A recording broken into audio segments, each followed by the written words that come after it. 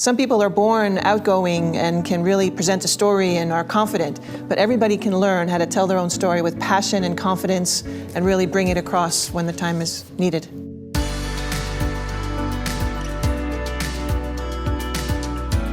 I'm an executive speaker coach and I'm a TEDx speaker coach. I've worked with more than 100 TEDx speakers, especially with TEDx Binnenhof. I worked with their team on 3 or 4 events for TEDx, but we also had something called Ideas from Europe. One member from every European country came together and pitched their ideas. And I was able to coach all of them to bring them to a higher level of presentations. I'm also Yes Delft coach, so I'm a storyteller coach for them. And also I'm working with a women's group, FemStart, for women who are starting their own business to help women raise up and dare to go into this field and do more.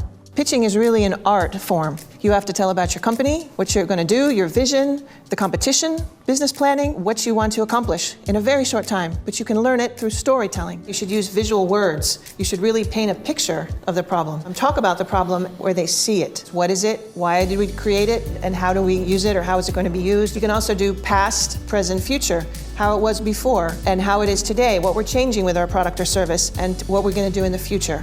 It's all about showing your value really quickly, to the point. What value do you bring and what problem do you solve? It's really important to identify the hero being your product or your service or your team or your company.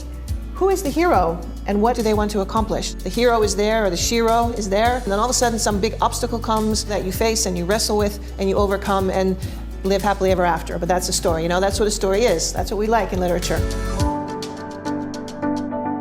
Delivering a virtual pitch is also different. You have to work harder. You have to sit tall, present yourself confidently. Vocal variety, facial expressions really matter here. And also checking in on your audience. You have to kind of work on it and adjust and pivot based on the vibe you get, if they're getting what you're saying or they're not. Q&A also matters, because if they ask you something and you don't know the answer, you're going to look bad. Prepare 4 or 5 questions that you believe the audience would ask you. And then you answer those questions in a way that flows off your tongue. You have a really good answer. There's no You want to be just as confident there as you are in your presentation.